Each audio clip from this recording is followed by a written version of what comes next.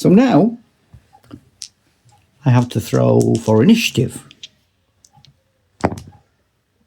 And 6 means the men of Dara, the Kingdom of York, the Northumbrians, going to go first. I'm going to stop. I'm going to keep my efforts over here, seeing as I'm over here. So the archers need a 6. Oh, what's happened? Now that means that that grumpy face goes off them. It lands on them. So they are now in trouble. Well, they're not in trouble because they're miles away, but, you know, they're not really helping the war effort, if you like. I've got archers there. They need a 6 to activate. Yep. So they're going to move half, which allows them to have a shot. And I've already said I am using these archers to soften up the elite sea people who are coming down there. There's only 4 of them now can shoot because 2 have got fumble markers. That might mean snap bowstrings, it might mean they've run out of arrows, it just might mean the fingers are cold and they're a bit slow. Anyway, there's 4 of them. They're under half, which becomes 5 or 6, but they are shooting overhead, over their slingers, past an obstacle, the cart that the Arthurians left, so it becomes a 6 again. And they've got 1 hit. The sea people have to throw and get 4 because they are elite. Now, I don't need to throw for things like, and there's a cart. And we've already penalised them for shooting. So we're not doing that. So they've got to get 4 or more. Yep, they have. So no casualties there. Now I've got some slingers there. They're going to activate, hopefully. Yes, they are. And the slingers are going to move back that way. Now they can go back 4 because they have a move of 8. So they go back 4. What I'm trying to do is to stop the sea people getting into contact with them. And they're going to fling their rocks, if you'll pardon the expression, at the sea people. Now they need 6s because they are 6s. Well, we've got 1 chap here made a mess of his. Can't find any stones. And 1's a hit. Fella trying to save, they need 4s. No, so 1 of the sea peoples is hit. So there are 2 standards and a commander.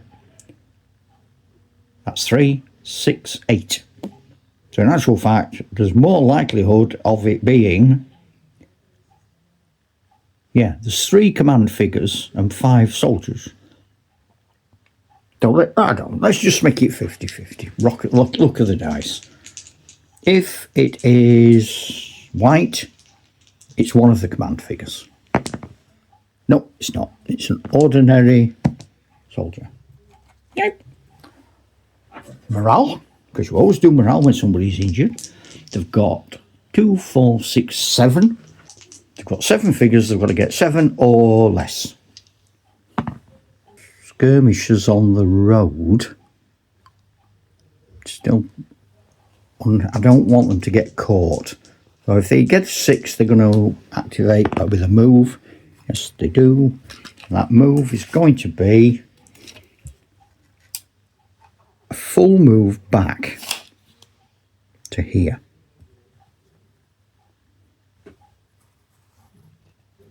They can't now use their missiles. They've gone too far. I've got a large group of Dalrians there, and they are going to try and activate. 6 they do. They needed 5. They are going to put themselves there on the road to make sure that should the sea peoples wish to get to the village, they've actually got to get through them. And there's a goodly number. So that's them.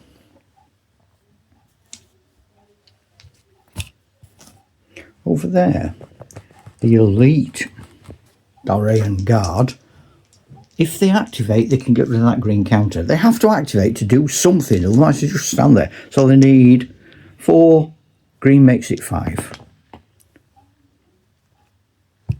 Green counter can come off, but that's all they can do. It's like rallying, somebody's shouting at them. Archers around the village, I think they're going to stand there because we may well need them in a bit. The situation here, we have Pictish warriors coming between the Sacred Grove and the forest. If they get a 5 and 6, they're going to attack. They've got 11, so they can go. 6 puts them into there, but this is nearer. So the rules of the game say that unit is what they have ended up in combat with. They could have tried a test to go past them to get to them, but if I fail, I would have lost my entire move. So I didn't want to do that. Then I've got unit behind with a principal commander. They need 6, the slingers. No, but if you're within 6 inches, I say, of a leader, of the top leader, and he's the top commander for that side, he can change one throw. He can throw it again, in effect. So, oh gosh, that's just not what you wanted, is it? So he's locked down himself and that entire unit. So they need 5 and 6. Yeah. Now, they're not going to get overexcited. They were originally, I wanted them to come much further forward. But now, things have developed.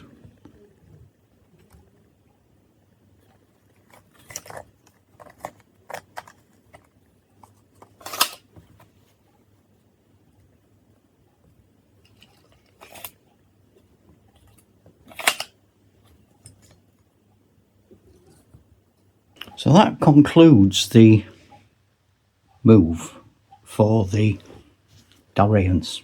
So their elite troops here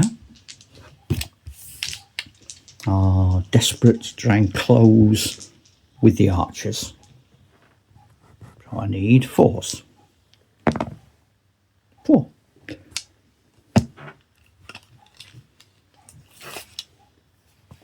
But 6 puts them there.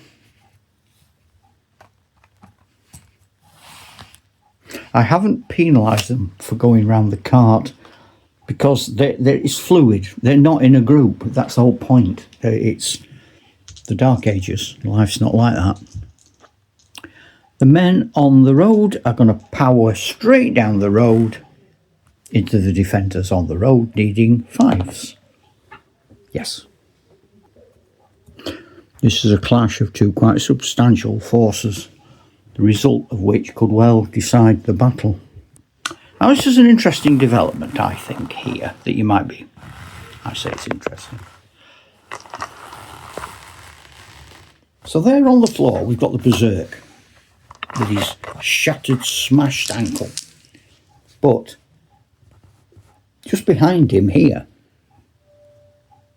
is a wise man. And for the purposes of this game, a heroic character that you can swap for a casualty.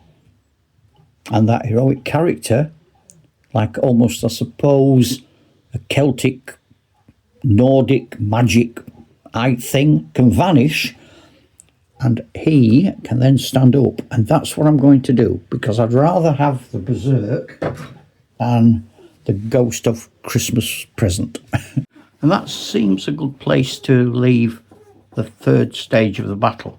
You can tell if you've watched these all the way through how long the battle took, and why it was a mistake to try and publish it in one chunk, because there's at least another 2 to come. But if it's horrible, you can avoid them, because I'll keep doing other things as well. But let me know. It'd be nice. Make a comment. Tell me. Anyway, I'll see you later. Trash hook.